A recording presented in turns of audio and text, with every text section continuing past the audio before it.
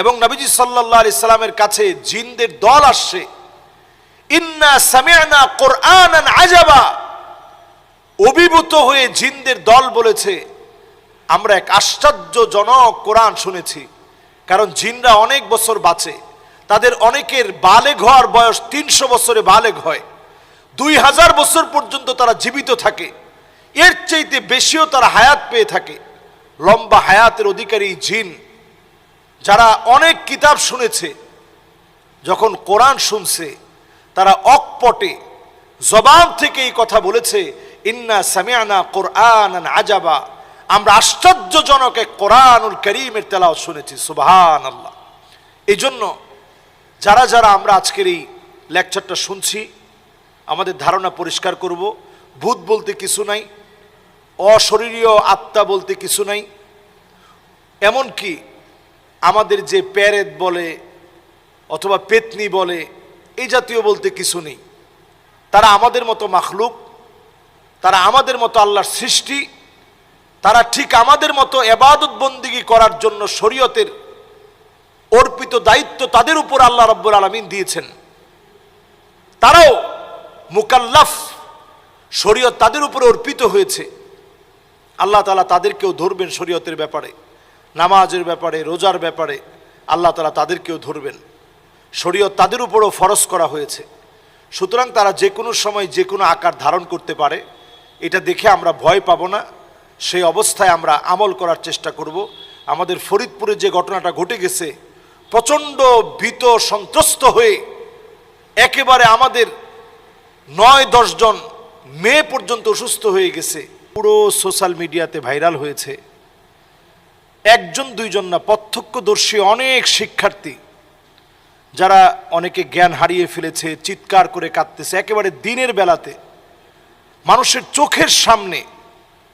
1-2 জন প্রত্যক্ষদর্শী না, অনেকে এটা সাক্ষী হয়েছে যে আমরা নিজের চোখে দেখেছি চুলগুলো একেবারে এলোমেলো, ভয়ানক একটা চেহারা, চোখগুলো লাল একেবারে যেন বের হয়ে যাবে, এমন একটা আকার আকৃতি আমরা দেখতে পেয়েছি। এবং দেখতে পেয়েছি যে সে উপর থেকে পড়ে যাচ্ছে। তো দুষ্ট জিনেরা এই রকম আকার ধারণ করতে পারে এবং যেই কোনো সময় মানুষকে ভয় দেখাতে পারে। এই ক্ষেত্রে আমাদের করণীয় কি? আমরা দেখেছি যে পুরো নিউজটা জুড়ে আমরা দেখেছি পুরো আতঙ্ক, ভয়, হসপিটালে পর্যন্ত ভর্তি করতে হয়েছে। ছোট ছোট বাচ্চা, তারা ভয় পাওয়ারই কথা। এর মধ্যে একটা বড় ধরনের সমস্যা হচ্ছে আমাদের বাচ্চারা এখন দেখবেন হরর মুভি দেখে, এবং দেখবেন আহট নামে একটা প্রোগ্রাম আছে, ইউটিউবে সার্চ করে বাচ্চারা এটা দেখে প্রচণ্ড ভয়ে থাকে। অনেক সময় কল্পনা থেকেও এই জাতীয় ঘটনা ঘটতে পারে। যদি আপনি আপনার সামনে এই জাতীয় কোনো ঘটনা স্বচক্ষে আপনি দেখেন, আপনি ভয় না পেয়ে, ভয় পেলে আপনি আরও বেশি আতঙ্কে পড়ে যাবেন। ভয় না পেয়ে আপনি তৎক্ষণাৎ আয়াতুল কুরসি পড়ার চেষ্টা করেন। আল্লাহু লা ইলাহা ইল্লা হুয়াল হাইয়ুল কাইয়্যুম লা তা'খুযুহু সিনাতুন ওয়া লা নাওম লাহু মা ফিস সামাওয়াতি ওয়া মা ফিল আরদ মান যাল্লাযী ইয়াশফা'ু 'ইনদাহু ইল্লা বিইذনিহি يعلم ما بين أيديهم وما خلفهم ولا يحيطون بشيء من علمه إلا بما شاء وسع كرسيه السماوات والأرض ولا يؤوده حفظهما وهو العلي العظيم। আমরা পড়ার চেষ্টা করি, দেখবেন জিন আপনার কোনো ক্ষতি করতে পারবে না।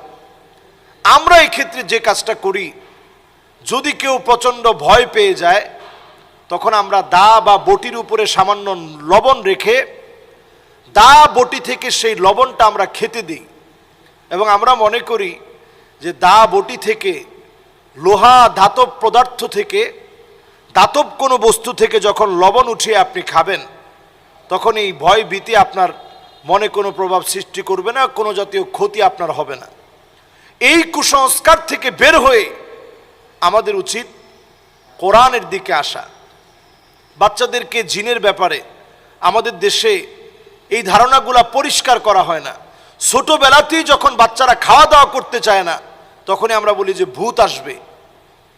এই যে ভূত আসবে এটা যখন আমরা বলি, বাচ্চারা কখনো ভূতের সাথে পরিচিত না। হঠাৎ যখন এরপরে আহট যখন দেখা শুরু করি, হরর মুভিগুলো যখন দেখা শুরু করে আমাদের বাচ্চারা, তখন সবসময় একটা আতঙ্কে থাকে। বিশেষ করে শহরের বাচ্চারা খুব একটা আতঙ্কে থাকে, একা একা ঘুমাতে পারে না, একা একা থাকতে পারে না, মনে হয় যেন জিন তাকে